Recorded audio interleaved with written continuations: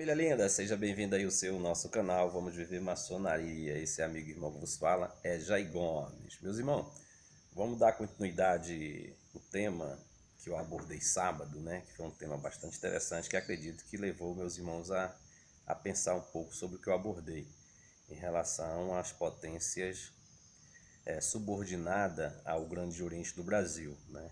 Mas antes que eu adentre no vídeo, eu gostaria aqui de esclarecer algo que ocorreu ontem, tá? Lá no sítio, de repente eu me deparei com um questionamento de um irmão que eu não me veio na hora a lembrança de quem era, e eu respondi o mesmo de forma bastante chocosa, pelo fato que ele veio no meu PV, né? Eu deixo aqui até o nome do meu irmão, me desculpa, meu irmão, se eu vou falar seu nome, mas é necessário. Meu irmão Jonas, a qual a gente, depois que eu fui averiguar, quando eu recebi a notificação que eu fui tirado do grupo, a qual ele é administrador. Eu acredito que houve aí um contratempo. Ele nem sabia que eu acho que o mesmo nem sabe que sou eu a pessoa que ele procurou. Até porque na minha foto do WhatsApp tá eu e minha esposa, né? E muitas pessoas às vezes quando eu falo confundem se eu sou eu mesmo falando, ou se é minha esposa, né? Ou se é outra pessoa. E ele veio depois que eu fui saber que era o mesmo, né? Eu formatei meu celular e perdi o número do mesmo.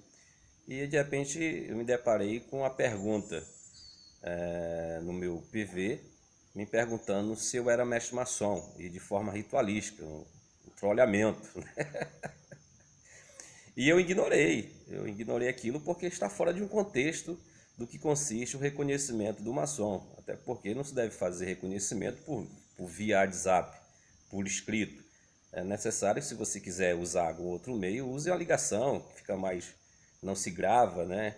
E aí se mantém um diálogo mais formal por meio de uma ligação. Mas você escrever ali o trolhamento e queira que a pessoa responda a você.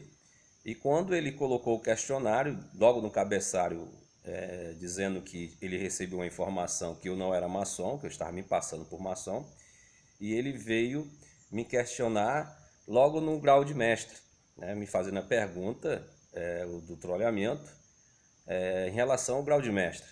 E eu não respondi, eu comecei a rir, né, coloquei aquelas carinhas de risada os mimos do WhatsApp, né? E ele ignorou, ele foi arrogante, ele disse, rapaz, responda a pergunta, se você é maçom, responda. Eu falei, meu irmão, não tem por que eu responder, até porque você está fora de um contexto. Para que você mantenha um reconhecimento de um outro maçom, comece do início. Pergunte lá do início se eu sou aprendiz, para que depois a gente chegue ao ápice do conhecimento, do reconhecimento, que é o mestre maçom. Não você chegar no meu PV e fazer logo a pergunta e queira que eu responda ritualisticamente. Eu não sabia que era ele, não sabia que era o Jonas, e aí não respondi. E ele ficou com raiva de mim, logo fez um áudio bastante arrogante, dizendo que eu estava me passando por maçom, e que eu não era maçom, e que ele me removeu do grupo dele, e eu não entendi nada. Eu quero aqui esclarecer, meu irmão Jonas, que jamais eu responderia da forma que você me exigiu. Eu não sou obrigado a responder por esse meio, porque eu estou dentro de uma tradição. E a tradição exige que ou eu tenha esse contato presencialmente, até porque somos sabedores que a ritualística de um trolhamento é dada pelo cobridor externo da loja, né? Muitas vezes se faz o trolhamento dentro de loja e que nem consiste em alguns rituais, mas o trolhamento é feito do cobridor externo da loja ao visitante, se assim aquele visitante não for reconhecido pelos irmãos do quadro. Então o meu irmão vem no meu PV e faz um trolhamento no grau de mestre e queria que eu respondesse. Eu nem sabia que era o irmão, depois que eu fui averiguar que era o meu irmão, mas mesmo assim não respondi e não vou responder qualquer um que venha no meu PV e me faça tal questionamento. Se você quiser saber que eu sou maçom, ligue para mim, né, se você é de outro estado e etc. E começa as formalidades de acordo com o que manda a tradição. De início, no reconhecimento no grau de aprendiz, depois companheiro, depois mestre, se assim eu desejar.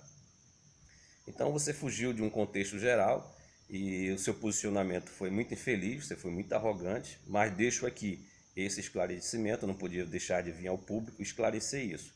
Eu não sabia que era você, viu, meu irmão? Acho que você se aborreceu porque eu lhe respondi de forma chocosa, né? Eu, de fato, comecei a rir porque eu achei aquilo ali totalmente fora de um contexto do que consiste a tradição. Se eu lhe ofendi, deixo aqui as minhas desculpas, né? Mas mesmo assim eu não responderia a você conforme foi perguntado. A pergunta foi feita fora de todo um contexto. Espero que você procure entrar em contato comigo novamente para que a gente possa esclarecer. Mas vamos lá para o vídeo. Eu falei em relação ao que consiste essa matéria do quinto ponto de reconhecimento de uma potência maçônica que ela clame para si a regularidade de origem do que consiste a Grande Loja Unida da Inglaterra. Para uma potência, segundo, vou repetir novamente, que a repetição é a alma do saber, para uma potência se dizer potência maçônica, ela tem que ter a sua soberania, como diz o quinto ponto de reconhecimento. Uma potência maçônica não pode dividir a sua soberania com nenhum órgão, ou seja, conselho filosófico, confederações ou federações e etc. A potência maçônica ela tem que ser soberana sobre os graus simbólicos e as lojas a qual ela administra. Isso, assim, você se torna, por direito, uma potência maçônica. A partir do momento que você fica subordinado a uma confederação ou uma federação, você não pode se dizer uma potência maçônica. Você pode se dizer que seja uma franquia, uma célula, uma delegacia, né? Mas não uma potência maçônica. Então, o Grande Oriente trabalha dessa forma federativa, criando grandes orientes estaduais, mas nós somos sabedores que esses grandes orientes estaduais não são soberanos. Eles mantêm total subordinação ao Grande Oriente do Brasil. Isso não são palavras minhas, são palavras do próprio grão-mestre que antecedeu o Maurício, né, o Múcio, sei lá o nome dele, o Marcos José da Silva. Ele falou publicamente aqui no YouTube que nenhuma potência estadual tem soberania, ela não tem autonomia de tomar certas atitudes. Por exemplo, aconteceu de alguns grandes orientes estaduais, quando havia aquela questões de que o Grande Oriente do Brasil não reconheceria os grandes orientes independentes, ou seja, aqueles confederados à Comap, e alguns grandes orientes estaduais faziam um tratado de reconhecimento sem avalia do Grande Oriente do Brasil. E o Marcos José foi bem enfático em dizer que esses soberanos, aliás, esses eminentes, não tinham a ortogação, não tinham os direitos, não tinha soberania de fazer tratado de reconhecimento. A potência que tem autonomia é o Grande Oriente do Brasil. Então, a partir do momento que os grandes orientes estaduais viessem a fazer como fizeram, o Marcos José quebrou todos esses tratados de reconhecimento, porque a potência soberana é o Grande Oriente do Brasil. Os grandes orientes são simplesmente franquia, são, digamos, célula. Mas o que ocorre hoje? Hoje, muitos irmãos declaram que as potências estaduais, né, confederadas, ou seja, federadas ao Grande Oriente do Brasil, são potências maçônicas. Bem, você pode falar o que você deseja falar e o que você quer falar, mas dentro de um contexto geral do que consiste de fato as potências maçônicas soberanas, não cabe aos grandes orientes estaduais federados ao Grande Oriente do Brasil. Para alimentar os meus argumentos, você vai lá no List of Lodge da Grande Loja Unida da Inglaterra, você vai encontrar as lojas, as potências que têm reconhecimento da Grande Loja Unida da Inglaterra. E você vai encontrar lá Grande Oriente do Brasil.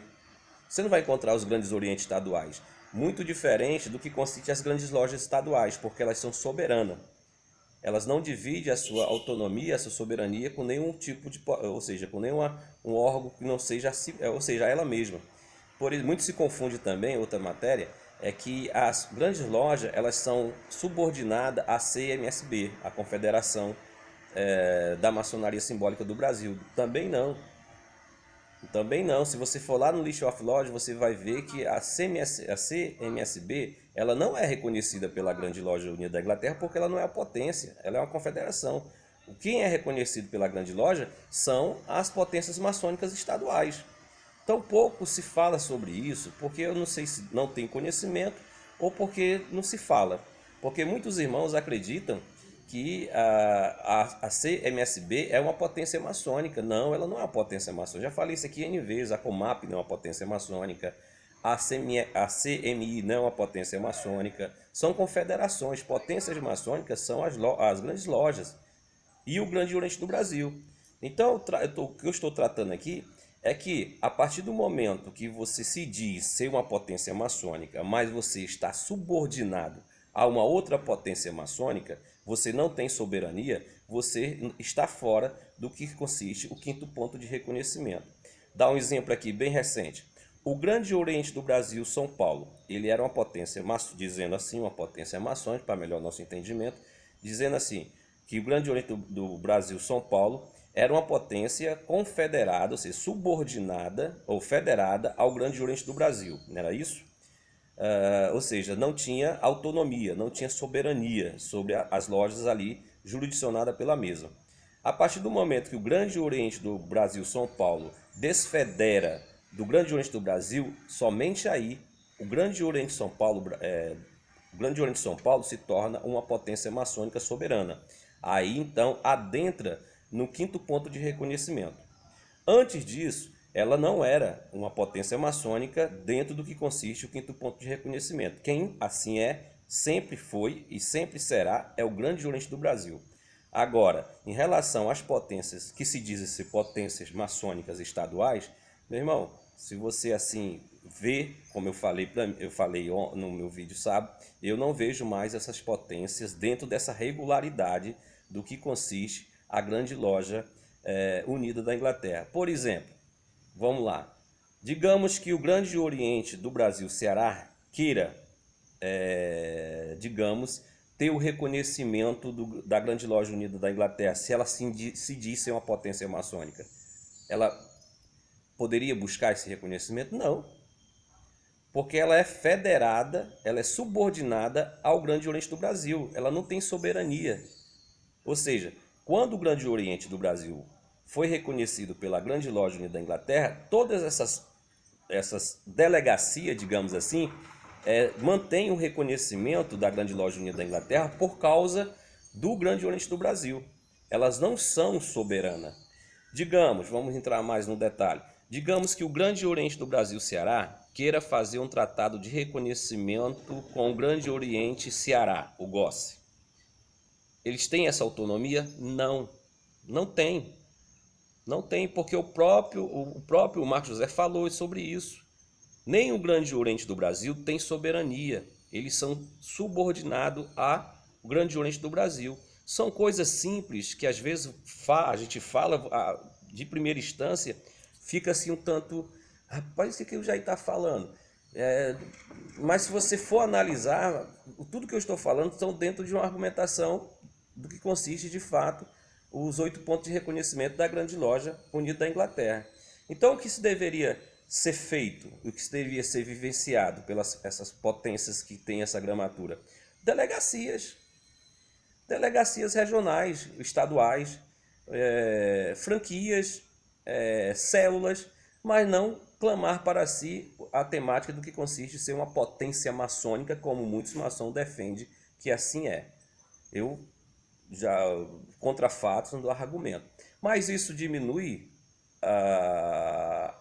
essa temática em relação a você, maçom, filiado a essas potências? Não, de maneira nenhuma, até porque vocês, quando se abre a loja, acho que vocês, não vou entrar aqui no mérito, mas como se abre a loja, nos rituais, alguns rituais, você está lá, quando abre a loja, loja jurisdicionada pela grande loja, pelo Grande Oriente do Brasil, Ceará, federado ao Grande Oriente do Brasil. Pronto, você está delegando a tua soberania a uma outra potência a qual vocês estão inseridos nesse corpo.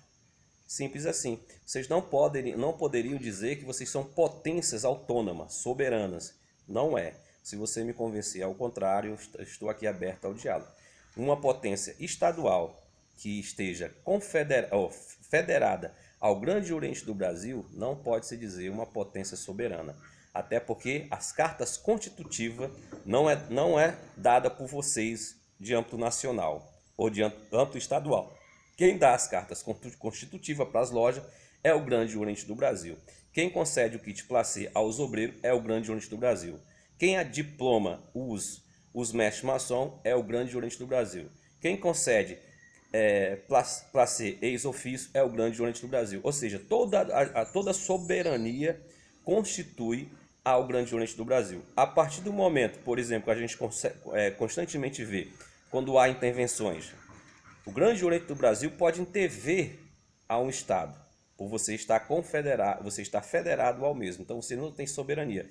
O Grande Oriente do Brasil pode chegar aqui e intervir a uma grande loja do Estado de Ceará? De maneira nenhuma, porque a grande loja do Estado de Ceará ela é soberana, né? Ou seja, então vocês estaduais, vocês não têm soberania. Logo, se não tem essa soberania, não pode se dizer uma potência maçônica que esteja dentro do 5º ponto de reconhecimento da Grande Loja Unida da Inglaterra. Mais claro do que isso, é impossível. Te amo sem te conhecer.